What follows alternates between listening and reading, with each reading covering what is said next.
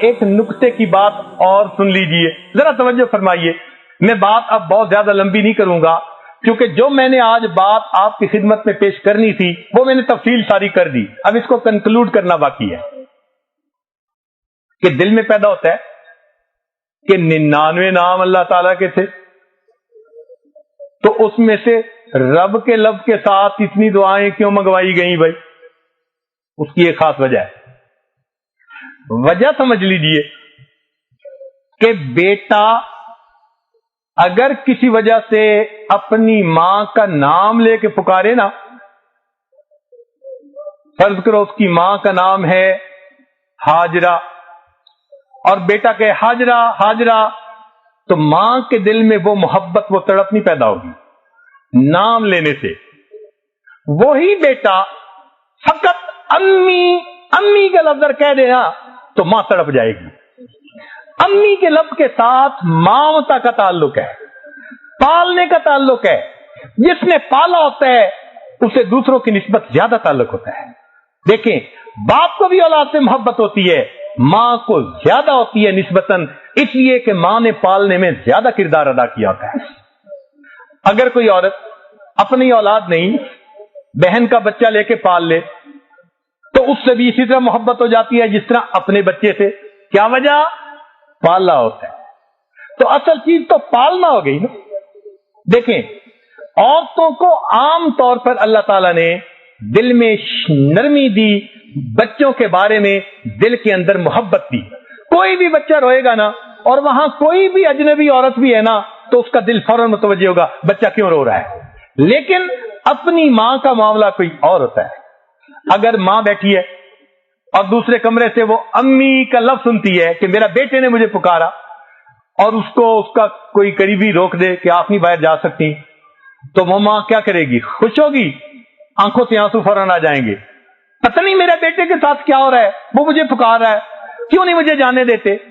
تو جس طرح ماں امی کا لفظ سن کے تڑپتی ہے، مامتا اسے کہتی ہے، فوراً اس کی پکار کو پہنچو. بالکل اسی طرح پروردگار نے اپنے انبیاء کو یہی لفظ سکھا دیا، اور میرے بندو تم جب رب کے لفظ کے ساتھ دعا مانگو گے، کیونکہ میں پالنے والا ہوں، میری خاص رحمت، میری خاص شفقت جوش میں آئے گی، تمہارے ہاتھ نیچے نہیں جائیں گے، میں پروردگار پہلے تمہاری مرادیں پوری کر لوں گا. کاش کہ ہم رب کے لفظ کی حقیقت کو سمجھ سکتے ہیں. اس لیے جب مومن کہتے ہیں نا یا رب یا رب، اللہ تعالیٰ متوجہ ہوتے ہیں. حدیث پاک میں آتا ہے کہ ایک بندہ بت پرست تھا، اور قدرتاً اس نے یا رب کہہ دیا. اللہ تعالیٰ فوراً متوجہ ہوئے. تو فرشتوں نے کہا کہ اللہ، یہ بندہ تو ساری عمر کفر و شرک کا مرتکب ہوتا رہا. فرمایا کہ وہ کفر و شرک کا مرتکب ہو کر عبودیت سے نکل گیا تھا، میں پروردگار اس کی ربوبیت سے تو خارج نہیں ہوا، ابھی بھی رب تو میں ہی ہوں. تو اگر وہ مجھے پکارے گا تو میں پروردگار تو اس کی دعا پر آمین کہوں گا. ایک واقعہ کتابوں میں لکھا ہے، ایک آدمی بت پرست تھا. ایک رات یا صنم یا صنم یا صنم پکارتا رہا. کوئی دکھی ہوگا، کوئی پریشان ہوگا، نیند آ گئی، اونگنے کی وجہ سے زبان سے یا صنم کی بجائے یا سمد کا لفظ نکل آیا. یا سمد، اب سمد اللہ تعالیٰ کا نام. تو جیسے ہی اللہ کا نام نکلا، اللہ تعالیٰ متوجہ ہوئے، لبیک یا عبدی، میرے بندے مجھ سے کیا مانگتا ہے، کیا مانگتا ہے. فرشتے حیران، اللہ یہ بت پرست، یہ بتوں کو پوجتا رہا، اور اونگ کی وجہ سے آپ کا نام نکلا. آپ فوراً متوجہ ہوئے.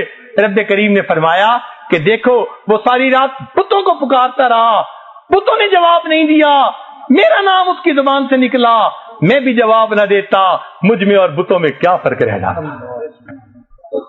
اللہ تعالیٰ ہمارا رب ہے. ہم یہ یقین دل میں اتار لیں کہ ہم جب اللہ تعالیٰ کو پکاریں گے وہ پروردگار ضرور ہماری پکار کو سنے گا. کوئی ماں ہے دنیا میں ایسی کہ بچہ پکارے اور وہ جواب نہ دے، سنتی ہو؟ ممکن نہیں. ماں کے دل میں یہ مامتا کی نعمت، یہ کیا ہے؟ اللہ تعالیٰ نے اپنی رحمت کی ایک پریکٹیکل نشانی دنیا میں دکھا دی. اے لوگو، اللہ کی رحمت کو تم نہیں سمجھ سکتے، وہ تمہاری سمجھ سے بلندوں والا ہے، لیکن جہاں تم سمجھ سکتے ہو ہم تمہارے درمیان یہ ماں کا ایک رشتہ بنا دیتے ہیں۔ دیکھو، اگر تم ماں کے ساتھ کسی وقت جو ہے وہ برائی کا بھی معاملہ کر لو گے، وہ تمہارے بد سلوکی کو تمہاری نادانی سمجھ کر معاف کر دے گی۔ وہ تمہاری ماں ہے، تم ناراض کر لو گے، پھر اگر اس کی طرف آؤ گے تو ماں تمہیں فوراً سینے سے لگا لے گی۔ یہ ماں کی مامتا تمہارے لیے نمونہ ہے۔ اگر یہ مخلوق ہو کر اتنی معاف کرنے والی، اتنی محبت کرنے والی، اتنی جان دینے والی، اتنا بچے کی ضرورتوں کو پورا کرنے والی، اپنی ضرورتوں پر بچے کو مقدم کرنے والی ذات ہے، تو جو اصل رحمتوں کا صفت رکھنے والا رحیم و کریم پروردگار ہے، میرے بندو، جب تم اسے پکارو گے وہ پروردگار تمہاری دعاؤں کو کیوں نہیں قبول فرمائے؟ اس لیے رب کے لفظ کے ساتھ دعائیں سکھائی گئی۔ اس لیے جب ہم رب کے ساتھ دعا مانگ رہے ہوتے ہیں نا، تو ہمیں احساس ہونا چاہیے ہم کس پروردگار کو پکار رہے ہیں، کس ذات کو پکار رہے ہیں۔ اس لیے بندہ جب اپنے رب سے غفلت میں آ گیا، غافل ہو گیا، دور چلا گیا، اب جیسے بچہ ماں سے روٹھ جائے تو ماں کیا کہتی ہے؟ تو بیٹے اپنی اماں سے نہیں روٹھا کرتے، بیٹے ماما سے نہیں روٹھا کرتے، بیٹا کیوں مجھ سے روٹھے ہو؟ کتنے پیار سے ماں سمجھا رہی ہوتی ہے۔ بالکل اسی طرح جو لوگ اللہ کے در کو چھوڑ کر غفلت سے کہیں اور چلے گئے، اللہ تعالیٰ فرماتے ہیں یا ایھا الانسان ما غرک بربک الکریم۔ دیکھا اے انسان، تجھے تیرے کریم رب سے کس چیز نے دھوکے میں ڈال دیا؟ بچے کو ماں کہتی ہے بچے بیٹے ماما سے نہیں روٹھا کرتے۔ اللہ تعالیٰ فرماتے ہیں او انسان، اپنے رب سے نہیں روٹھا کرتے، رب کے در کو چھوڑ کے ادھر ادھر نہیں جاتے۔ کیوں بھٹکتے پھرتے ہو؟ کیوں ٹھوکریں کھاتے پھرتے ہو؟ کیوں پریشانیوں کا شکار ہوئے پھرتے ہو؟ کیوں دنیا کے اندر ڈپریشن میں زندگی گزارتے ہو؟ ایک تمہارا رب ہے، تمہاری ہر ضرورت کا پورے کرنے والا۔